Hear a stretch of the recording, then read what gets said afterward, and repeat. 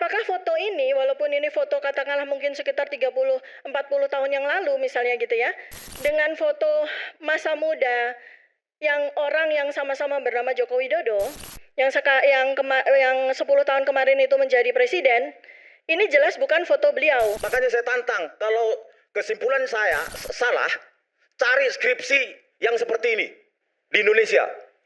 Sudah menuduh ijazah itu ijazah palsu. Sudah merendahkan saya serendah-rendahnya.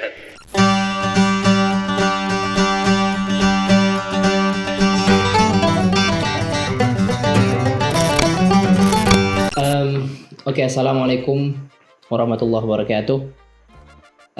Saya mohon maaf sekali karena jeda antara satu video, yaitu video yang kemarin dan video yang sekarang ini sangat panjang. Itu karena kesibukan dan saya kurang bisa untuk memanage waktu saya supaya saya bisa lebih sering lagi untuk upload video.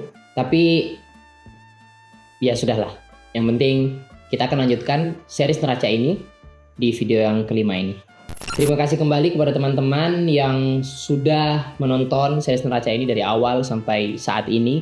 Saya sangat mengapresiasi hal tersebut. Dan jangan lupa untuk mendukung channel ini, kalian bisa klik tombol subscribe karena itu gratis.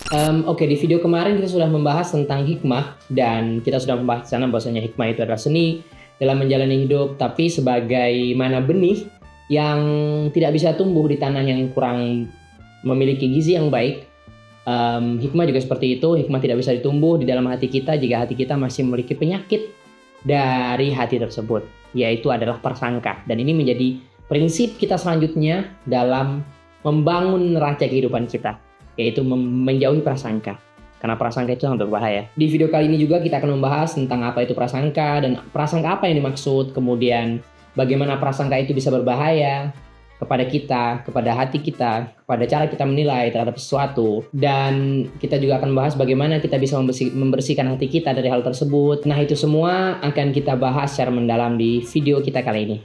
Jadi selamat menonton.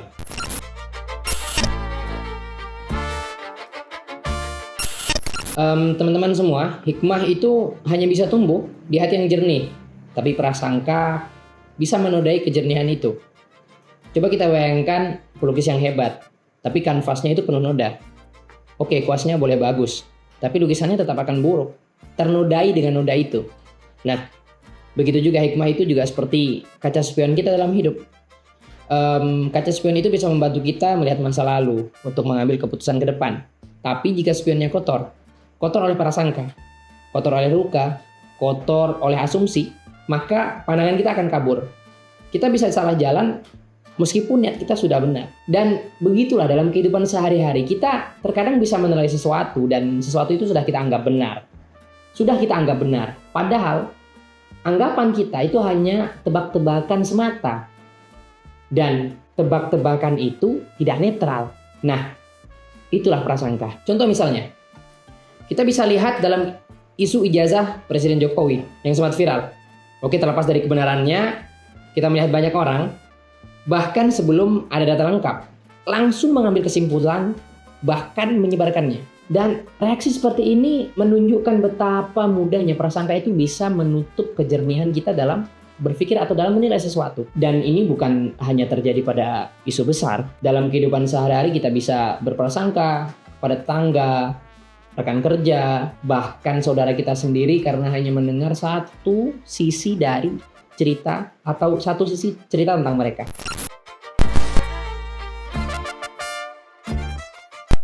Nah, teman-teman semuanya, topik ini penting untuk kita bahas dan perlu kita jadikan prinsip dalam kita membangun neraca kehidupan kita. Yang pertama adalah karena prasangka ini dapat menghalangi kebijaksanaan. Banyak orang gagal bersikap bijak itu bukan karena tidak tahu, tapi karena hatinya sudah tertutup sejak awal. Yang kedua, era media sosial justru memperparah keadaan. Bahkan kebanyakan pengguna internet di Indonesia gampang sekali untuk mempercayai hoax. Dan sebagian besar karena mereka hanya membaca judul, bukan isi. Di samping itu juga prasangka ini dapat merusak persaudaraan kita. Atau kita bisa bilang itu ukhuwah. Kita jadi lebih mudah curiga daripada klarifikasi. Padahal kita sudah tahu semua bahwasanya kita diperintahkan di agama kita untuk menjauhi prasangka. Nah, di samping itu juga hikmah ini atau seni dalam kita menilai itu butuh ruang bersih. Dan hati yang kotor karena asumsi, hati yang kotor karena kebencian adalah tanah yang tandus bagi hikmah. Jadi hikmah tidak bisa tumbuh bagaikan benih yang kita bayangkan di awal tadi.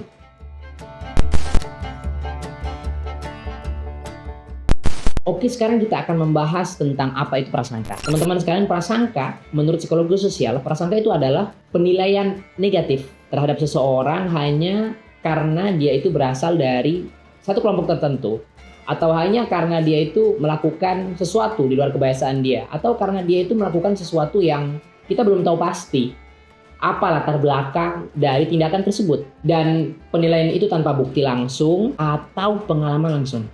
Prasangka ini bisa muncul dari stereotip, dari trauma masa lalu, hingga pola pikir kami versus mereka. Nah, itu yang bahaya.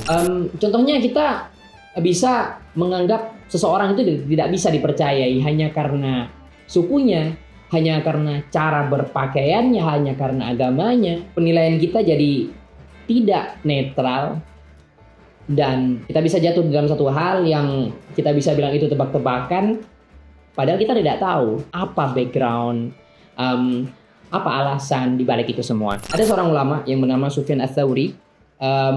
Beliau itu menjelaskan bahwasanya prasangka ini bisa dibagi menjadi dua, yang itu prasangka yang tidak berdosa dan prasangka yang berdosa. Prasangka yang tidak berdosa adalah prasangka yang terbesit di dalam hati, tapi ketika kita tahu itu prasangka dan itu hanya tebak-tebakan semata, kita kemudian mencoba untuk mewaspadai hal tersebut, kita klarifikasi tentang hal tersebut, atau kita menjauhi tentang prasangka tersebut, karena kita bisa tahu hal itu bisa berkembang dan menghasilkan hal-hal buruk yang lain. Dan yang selanjutnya adalah prasangka yang berdosa. Prasangka yang berdosa adalah prasangka yang ketika kita menilai sesuatu secara tebak-tebakan, kemudian kita tindak lanjuti hal tersebut tanpa dasar yang jelas. Jadi prasangka ini penting sekali untuk kita jauhi, karena hati kita, tempat munculnya prasangka tersebut adalah seperti wadah. Bila kita biarkan prasangka ini mengisi hati kita, maka prasangka itu akan mencari jalan keluar yang berupa tindakan ataupun ucapan. Nah, kemudian apa akibatnya jika kita membiarkan prasangka ini berlarut-larut dan kita biarkan prasangka ini menguasai cara berpikir kita?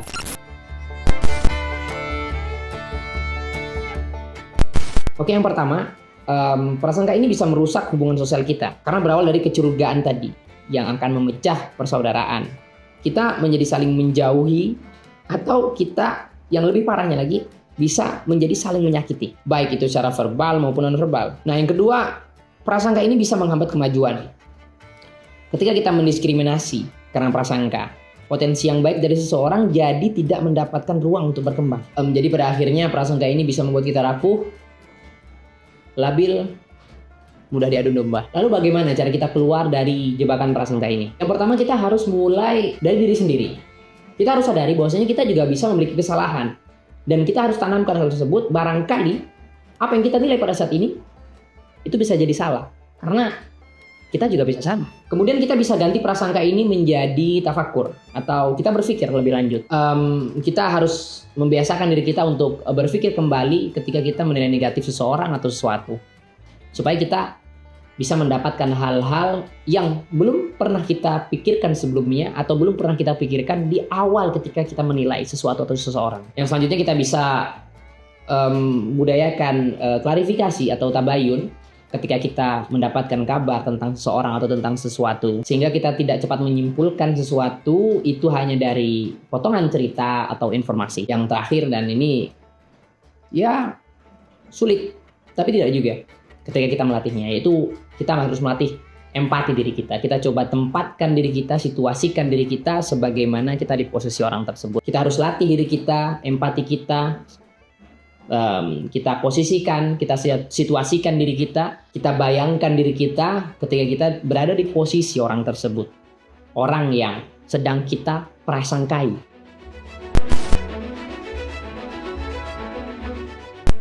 Jadi teman-teman, ketika kita melihat sesuatu atau semua tragedi yang terjadi di lingkungan kita atau diri kita sendiri, itu ibarat ketika kita melihat spion, kaca spion, baik di mobil ataupun di motor. Kita harus gunakan kaca spion itu dengan sebaik mungkin supaya ketika kita melakukan langkah untuk kendaraan tersebut, kita melakukannya dengan benar dan tidak terjadi kecelakaan. Nah, menilai sesuatu, memandang sesuatu, menimbang sesuatu dalam kehidupan kita, ibarat kita melihat di kaca spion itu. Dan kaca spion itu juga ibaratkan hati kita, tempat hikmah kita berada. Ketika kita memandang hal di kaca spion yang bersih, maka kita bisa memandang sesuatu dengan tepat, memandang sesuatu dengan presisi. Ketika kita melihat sesuatu di spion itu, tapi spion itu kondisinya kotor, berdebu atau banyak jamurnya, maka kita tidak bisa melihat sesuatu dengan jernih. Justru kita akan jatuh ke dalam tebak-tebakan tentang sesuatu yang kita lihat di spion tersebut. Nah, menjauhi prasangka ini ibarat kita mencuci spion kita supaya kita bisa melihat lebih jernih lagi, bisa melihat lebih jelas lagi. Jadi kita harus sering untuk membersihkan spion kita supaya kita bisa melihat sesuatu, bisa menilai sesuatu dengan jernih. Dan caranya dengan menjauhi prasangka. Jadi kita lebih sering untuk klarifikasi, kita lebih sering untuk berpikir, kita lebih sering untuk kembali ke diri kita sendiri. Ibarat kita sedang membersihkan kaca spion kita, dan pada akhirnya semua akan terlihat jelas karena spion kita bersih.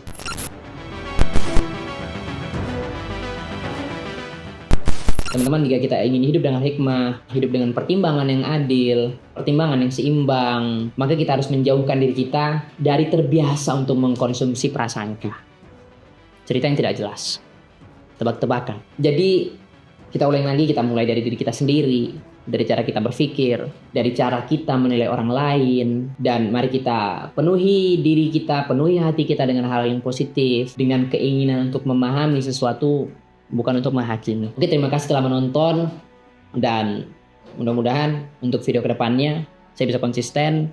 Jangan lupa untuk subscribe channel ini dan bagikan video ini ke orang-orang yang kalian sayangi. Jika kalian menganggap video ini bermanfaat, jika kalian bisa mengambil nilai, mengambil hal positif dari video ini supaya banyak orang yang menonton video ini. Terima kasih telah menonton. Saya Tumbal Hutan. Wassalamualaikum.